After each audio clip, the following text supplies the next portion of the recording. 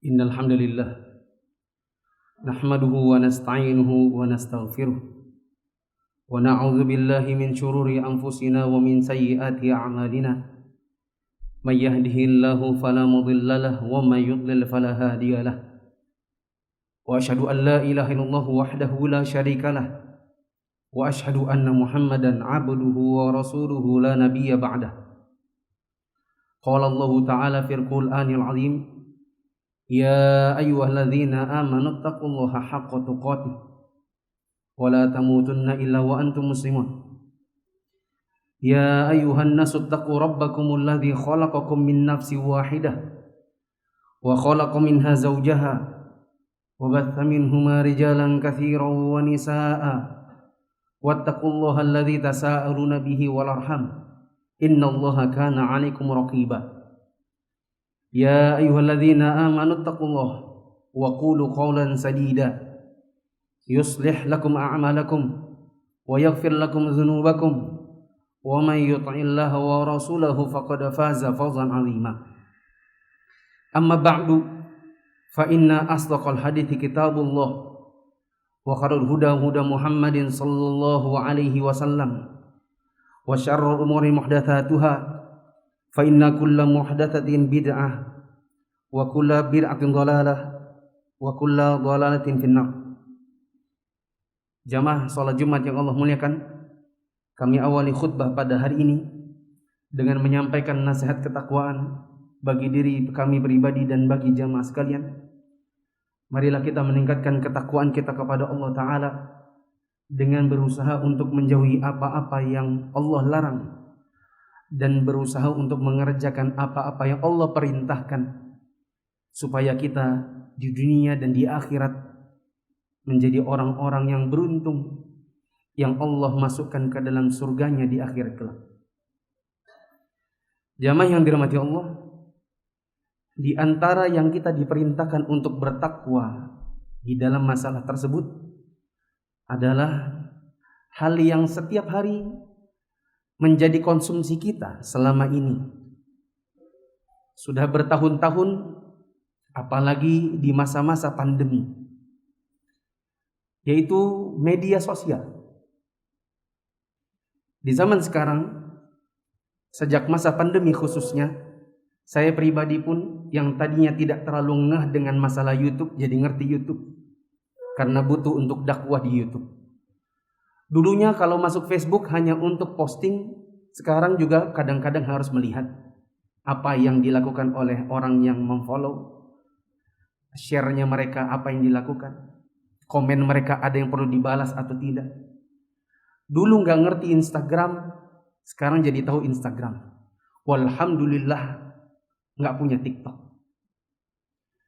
Jamaah yang dirahmati Allah Subhanahu wa Ta'ala, ini sesuatu yang di zaman sekarang, sadar atau tidak sadar, menjadi konsumsi kita sehari-hari. Mulai dari bangun tidur sampai tidur lagi. Yang ini ibarat pisau. Kalau mau dipakai buat bunuh orang, jadilah sebuah kejahatan. Kalau mau dipakai buat motong hewan dan bagi-bagi makanan, maka bisa jadi pahala. Tergantung seseorang menggunakannya seperti apa. Tetapi jamaah yang dirahmati Allah, meskipun kita mengatakan, oh enggak, saya pakai buat dakwah kok.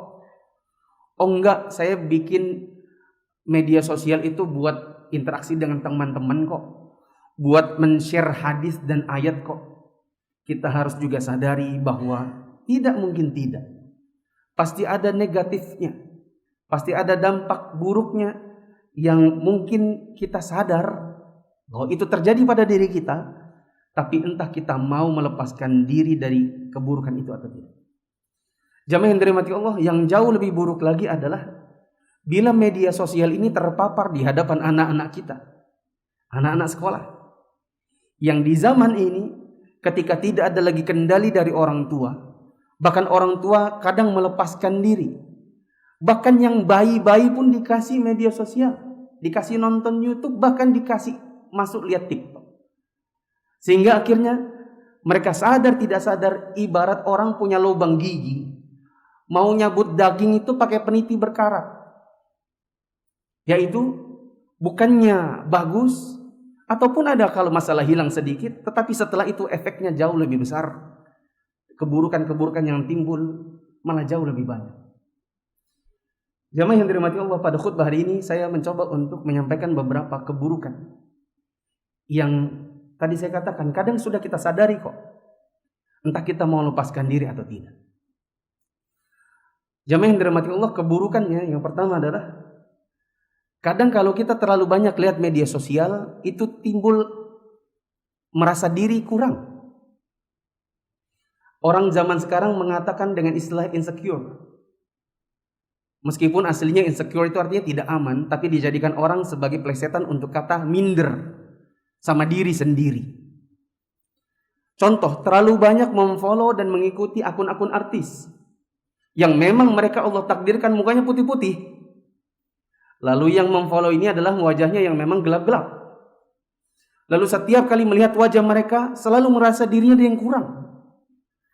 Lalu sedikit demi sedikit lama-lama suka mengutuk diri. Hitam, kamu hitam, gelap, melotong. Mengatakan kepada diri sendiri, dekil, gak enak dilihat. Karena terlalu banyak melihat yang seperti itu.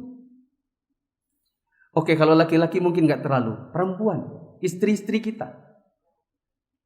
Kadang banyak aja permintaannya. Minta belikan lotion ini, lotion itu, krim ini, krim itu. Karena terlalu banyak berkaca bukan pada cermin, tetapi pada media sosial artis-artis yang diikutinya. Belum lagi kalau itu yang melakukan adalah anak-anak kita yang perempuan-perempuan. Kasihan jamaah yang dirahmati Allah. Kadang-kadang masih SMP atau SMA baru kelas 1, kelas 2 sudah juga mau pakai gincu. Yang kadang kita orang tuanya sibuk dengan kerja, lalu kemudian kita tidak perhatikan pergaulan anak kita. Lama-lama dia masih kecil-kecil, remaja masih 14 tahun, 15 tahun, tapi ganjen. Karena terlalu banyak lihat media sosial. Oke, jangan salahkan siapa-siapa kecuali bapaknya sendiri. Karena mereka punya handphone juga kadang-kadang hadiah dari bapaknya. Keburukan yang lain adalah jadi orang FOMO namanya. Fear of missing out. Takut kalau ada sesuatu yang terlewat dari pengetahuannya. Siapa yang sudah cerai, siapa yang sudah kawin, siapa yang sudah hamil, siapa yang keguguran. Kalau sudah kumpul sama teman-temannya, yang dibahas seperti itu, yang gak ada manfaatnya. Saya pernah main tenis di lapangan Wika. Berkumpul di situ ibu-ibu yang berjilbab sambil nunggu anaknya berenang. Apa yang dibicarakan? Artis-artis. Manfaat buat diri mereka? Enggak. Datakan pahala membicarakannya? Tidak. Datakan dosa? Kebanyakannya iya. Enggak dapat dunia, wala akhirat. Dunia aja enggak dapat.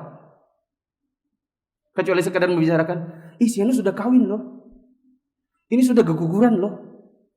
Ini sudah hamil lagi loh. Jamaah yang dirahmati Allah. Akhirnya yang dibicarakan seperti itu yang gak ada manfaat. Sadar atau tidak sadar, kadang istri kita tinggal nih, kita pergi Jumatan, mereka di rumah di atas ranjang gini-gini. Yang dilihat seperti itu. Di antara keburukan yang lain adalah adanya kecemasan atau yang sering disebut orang dengan kata anxiety. Anxiety itu perasaan cemas kalau sendiri. Dan itu timbul biasanya dari orang-orang yang suka mantengin sesuatu yang ramai. Yang nanti kalau anxiety ini kalau tidak dikelola dengan baik, kadang-kadang jamaah yang dirahmati Allah itu berbuah kepikiran.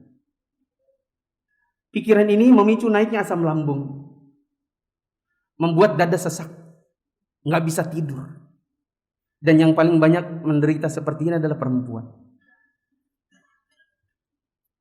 Mungkin kalau istri-istri kita di rumah seperti ini, mungkin dia kebanyakan lihat medsos. Dan jangan salahkan siapa-siapa, karena kita juga yang pasang wifi-nya dengan alasan anak-anak butuh daring. Meskipun kita harus akui juga bahwa ternyata daring itu bisa beli pakai kuota belajar. Nggak mesti pasang wifi yang unlimited.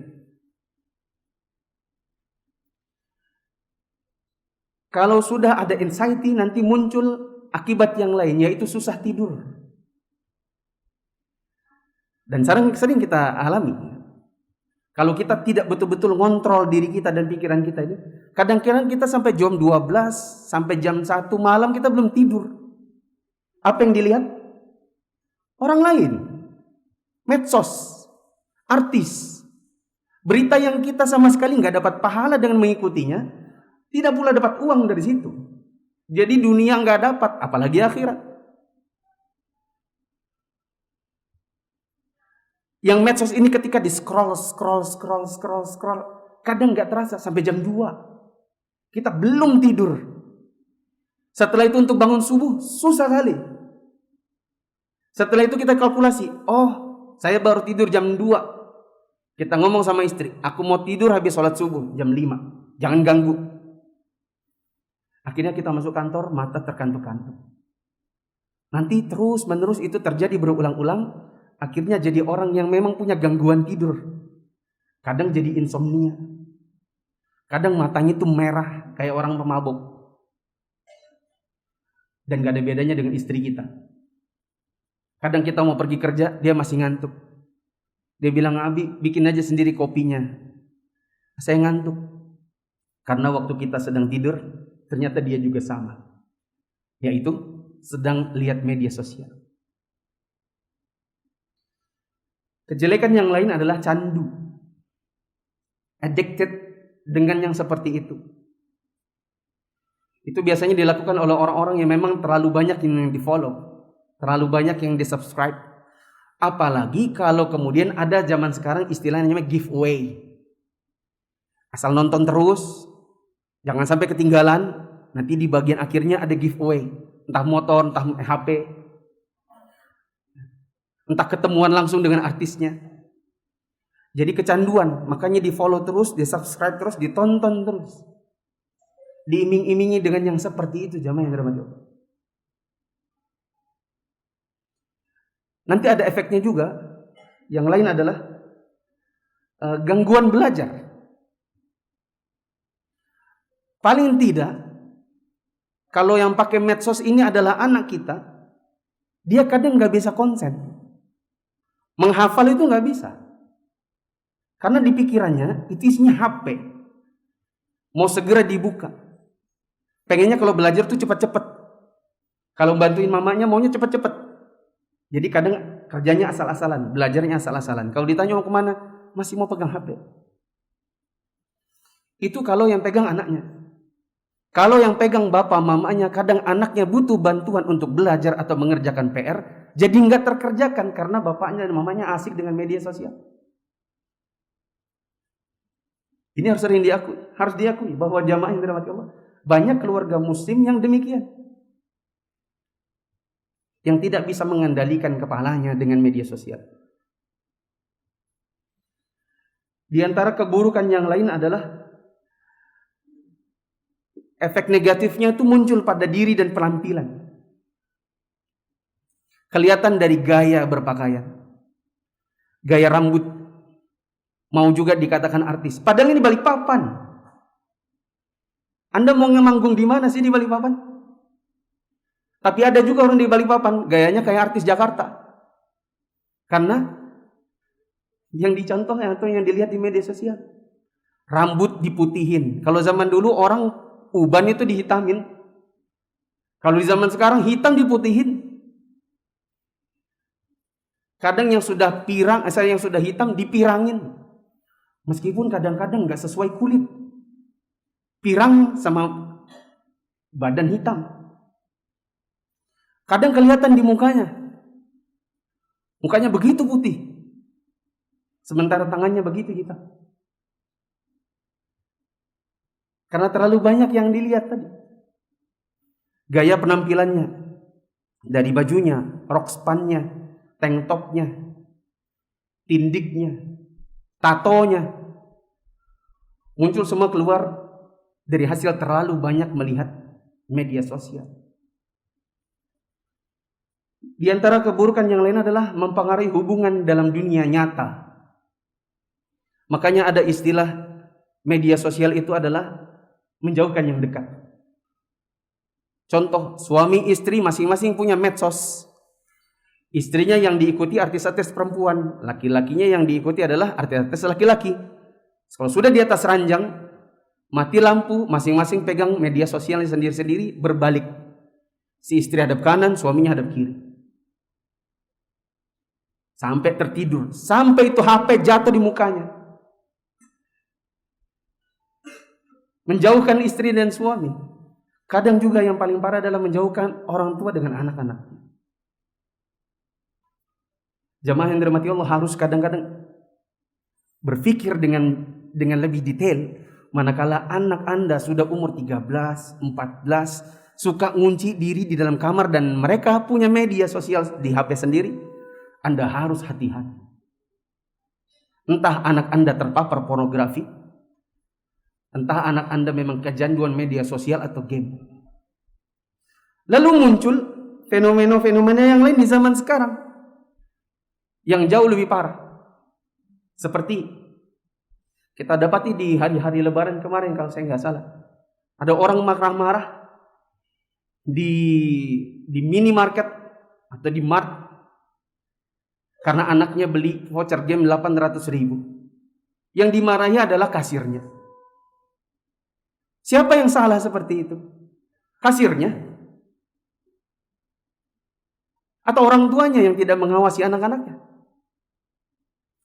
Kita dapati di hari-hari ini ada orang-orang yang menghina Palestina karena kepengen viral, kepengen terkenal, dan they got the fame. Mereka dapatkan terkenal itu, tetapi dengan sisi yang negatif.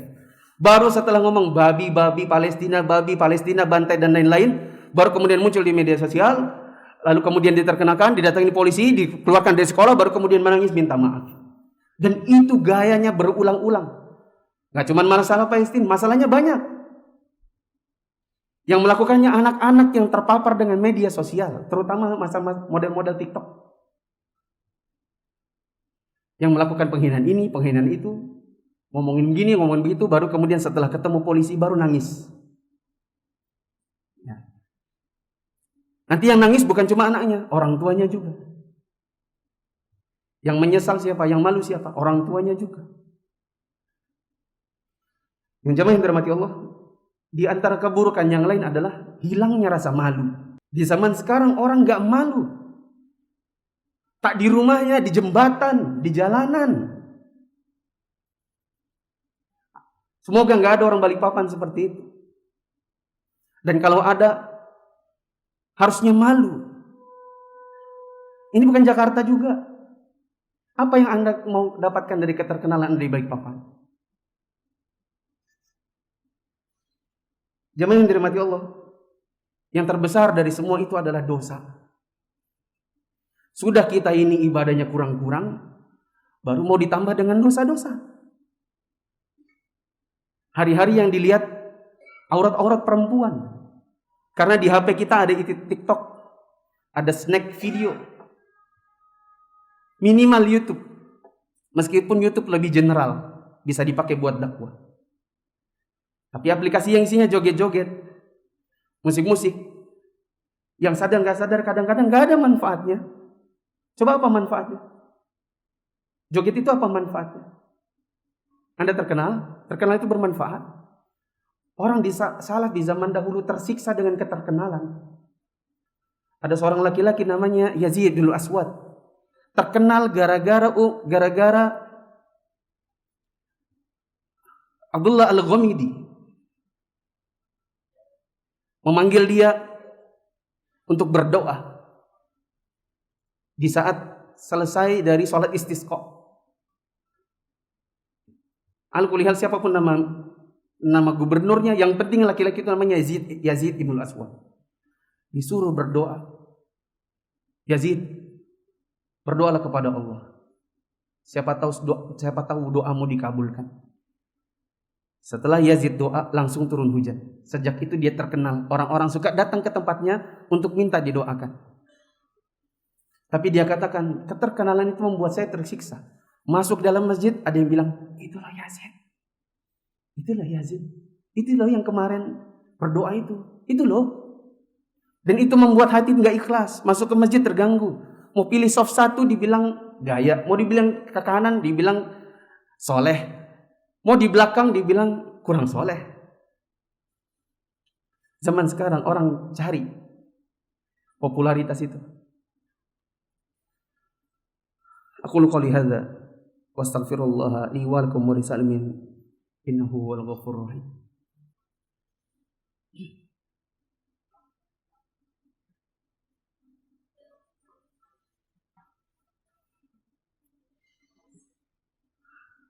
Alhamdulillahi wa kafa wassalatu wassalamu ala rasulillahi mustafa wa ala alihi wa ashabihi wa man iqtafa. Jamaah yang dirahmati Allah, Allah berfirman, wal yakhshal ladzina law taraku min khalfihim dzurriyyatan dhi'afa khafu 'alaihim falyattaqullaha wa yaqulu qawlan sadida. Dan hendaklah takut orang-orang yang meninggalkan di belakang mereka anak cucu yang lemah-lemah, yang lemah dari sisi agamanya, yang kalau untuk urusan dunianya mereka khawatir. Dan hendaklah mereka bertakwa kepada Allah dalam mendidik anak-anak mereka, dan hendaklah mereka berkata dengan perkataan yang baik. Kita sering dengar ayat, ya ayyuhalladzina amanu qu anfusakum wa ahlikum nar. Wahai orang beriman, jagalah dirimu dan keluargamu dari siksa api neraka. Maka di penghujung khutbah ini saya katakan kepada teman-teman yang dirahmati Allah, hadirin khususnya yang memiliki keluarga. Bila Anda punya istri, maka nasihati istri Anda. Hati-hati dengan media sosial. Tapi saya yakin dia akan menentang bila ternyata Anda pun sama kayak dia. Semua adalah suami istri yang sama-sama terpapar dengan media sosial. Bila Anda punya anak, hati-hati dengan apa yang dia lihat.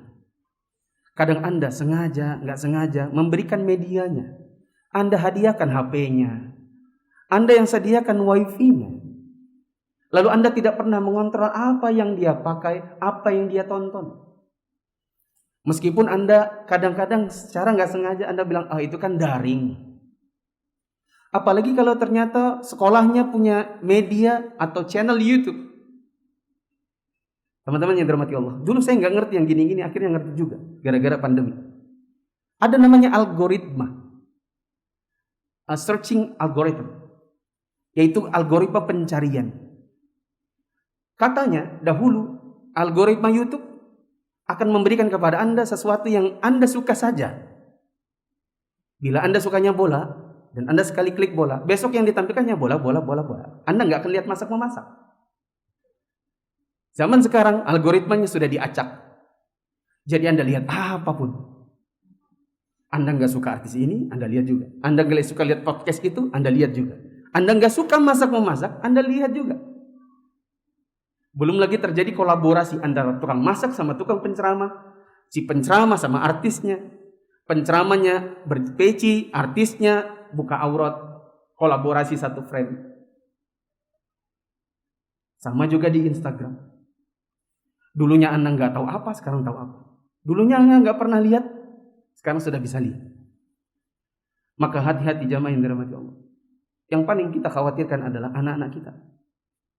Kalau dia kecil-kecil sudah melihat yang seperti itu. Kalau ada anak kecil, Anda ajak bicara tapi matanya nggak mau lihat, kata para pakar pendidikan, itu tanda-tanda kena pornografi. Tanda-tanda pernah lihat sesuatu. Bila Anda anak kecil, dipanggil susah. Tapi kalau di kamar bisa berlama-lama, itu tanda-tanda dia sudah melihat sesuatu yang Anda nggak suka, yaitu pornografi atau sesuatu yang berbahaya untuk dirinya, untuk agamanya, untuk otak.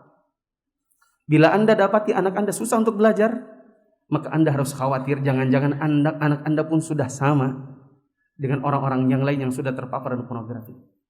Bila istri-istri Anda dan anak perempuan Anda mulai memainkan TikTok, katakan kepada mereka, wajib uninstall. Jangan diinstal. Kecuali kalau kemudian TikTok ini isinya semua ceramah, beda lagi. Tapi itu susah. Karena image-nya di zaman sekarang itu bukan buat dakwah, tapi itu buat hiburan. Belum lagi ada istilah generasi TikTok, yang itu selalu konotasinya adalah negatif buat orang-orang alay, yang gak punya kerjaan, yang taunya insecure sama dirinya, yang punya gangguan tidur, yang suka melakukan hal-hal aneh demi terkenal. Ini adalah hari Jumat, hari di mana Rasulullah SAW mensunnahkan untuk memperbanyak salat kepada beliau, dan Allah berfirman, innallaha wa malaikatahu yusholluna 'alan nabi ya ayyuhalladzina amanu shallu 'alaihi wa sallimu taslima. Allahumma shalli ala Muhammad wa ala ali Muhammad kama shallaita ala Ibrahim wa ala ali Ibrahim innaka Hamidum Majid. Allahumma barik ala Muhammad wa ala ali Muhammad kama barakta ala Ibrahim wa ala ali Ibrahim innaka Hamidum Majid. Allahumma ighfir lil muslimin wal muslimat wal mu'minina wal mu'minat al ahya'i minhum wal amwat innaka sami'un qaribun mujibu da'wati qadiyal hajat. Allahumma anfa'na bima 'allamtana wa 'allimna ma yanfa'una warzuqna ilma.